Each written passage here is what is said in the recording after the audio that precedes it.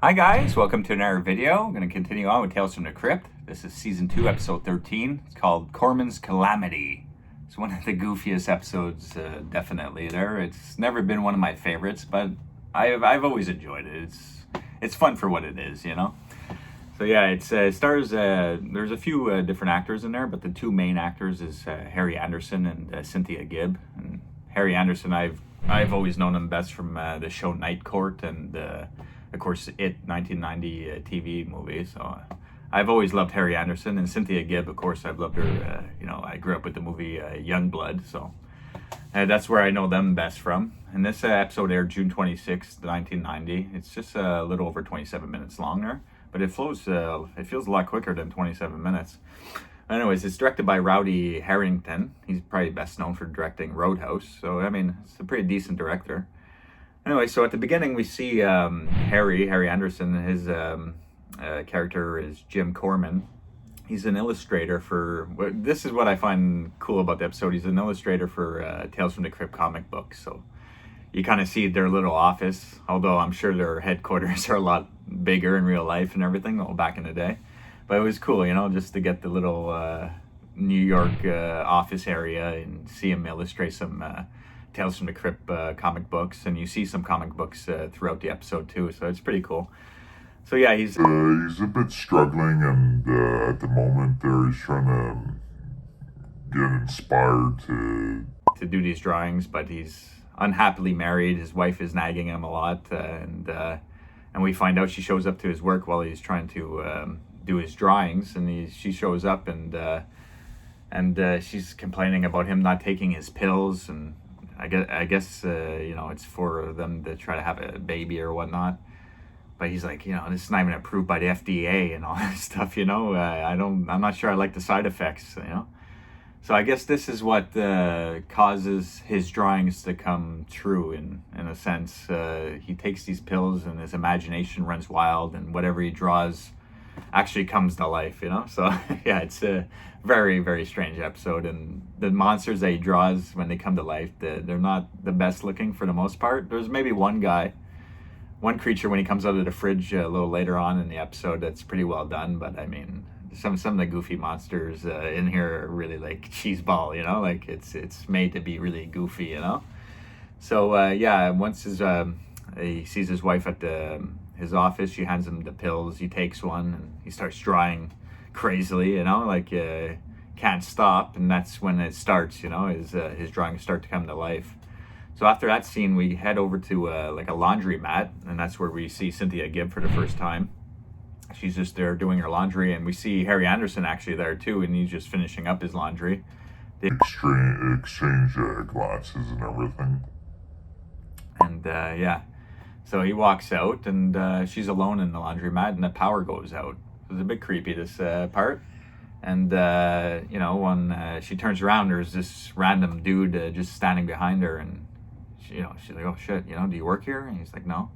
She's like, can you check the fuse box in the back? I think there's something wrong. He's like, oh, there's something wrong. He's the one who fucking took the power out.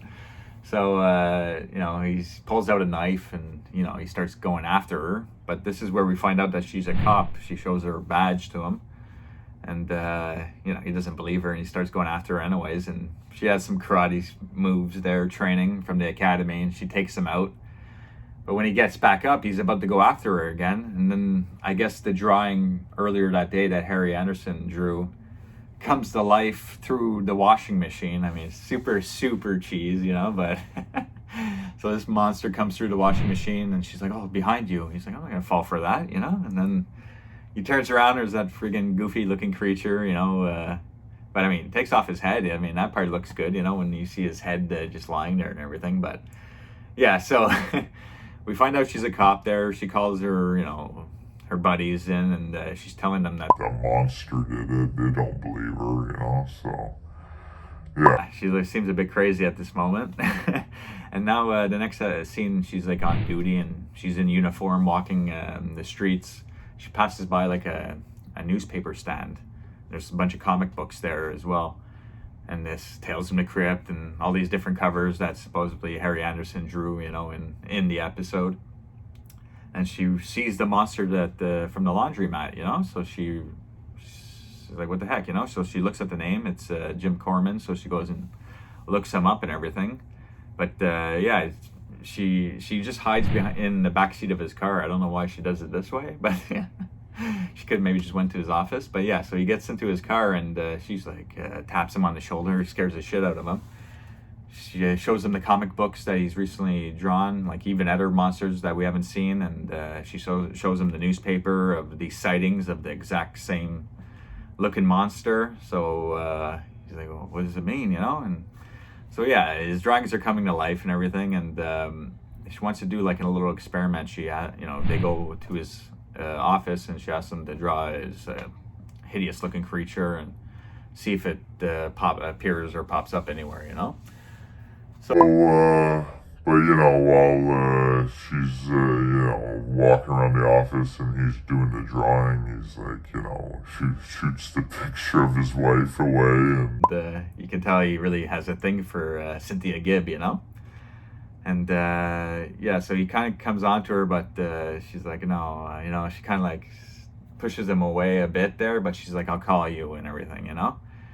So yeah, but he tells her before she leaves that he's like fed up of drawing monsters and horror stuff, and maybe he'll start doing romance, you know? And like the next scene, he's drawing exactly what he wants, with him and Cynthia. Just a nice night. A nice beautiful dinner, you know, and he doesn't have to worry about his wife no more. So yeah, he's starting to draw out the romantic night with Cynthia Gibb, hoping, I guess, it'll come true. And actually, she does call right after his drawing's finished. But while he's on the phone, the wife walks in and overhears him talking to her. So yeah, she's nuts, you know. She's nagging him throughout the whole episode, and yeah, she's crazy. So she's like, I got something for you. She goes down, you know, and comes back up with a gun. But while she goes down, he starts drawing quickly his wife as a hideous monster, you know? Like, he's just so fed up with her. So she comes back up. Oh, got something for you. Pulls out the big gun. And yeah, he's like, what the fuck are you doing, you know? And he has the drawing in his hand. And he's about to crumple it up. She's like, what is this? You know, she looks at it. She's like, is this supposed to be me? And so the drawing that he drew of his wife actually appears, you know, like down the hall, just pops out of nowhere, and it's dressed exactly like the wife, just like a big looking monster. Actually looks kind of like the monster in House, the 1986 film, the Roger Cobb's wife when she becomes a monster, if you've seen that movie. So yeah, the wife kind of looks like that, and the real wife starts shooting at it, and the monster just attacks it and everything. So Jim, he leaves the office, shoots the pills in the garbage, and I guess lets his wife get killed by his drawing. And when he leaves the office, Cynthia Gibb appears, and exactly like what he drew her in and everything. And yeah, he's like, oh, let's get out of here. You know, there's a bunch of friggin' noise in the office and everything. He's like, oh, we're having some redecorations done or whatever. So yeah, they just go out and they kind of like end the episode with his drawing, you know, where he wanted them to go for whatever, their beautiful night out and everything. So it kind of ends exactly how he drew it up and imagined it, you know. So it all came real, you know, in the end there. And yeah, so I mean, it's not a horrifying episode. It's not a great episode, but I do enjoy the two lead actors, and you know, just a little twist of seeing like inside Tales from the Crypt, even though it's not really their headquarters, but just to have Tales from the Crypt comic books in the episode, and to see, you know, them drawing out all these different sketches and stuff. I just thought it was a fascinating episode for that part. But I mean, a lot of the stuff is really cheeseball and goofy there, so yeah, it's good to watch once in a while there for a good laugh. But yeah, so I think that's about it there. So until next time, hope you enjoyed, guys. Take care. Bye.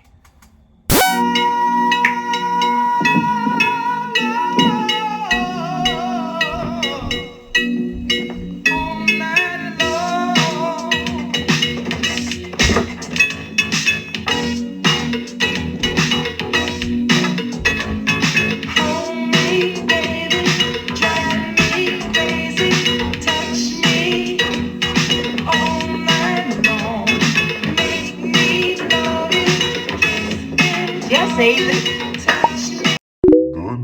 Daigler.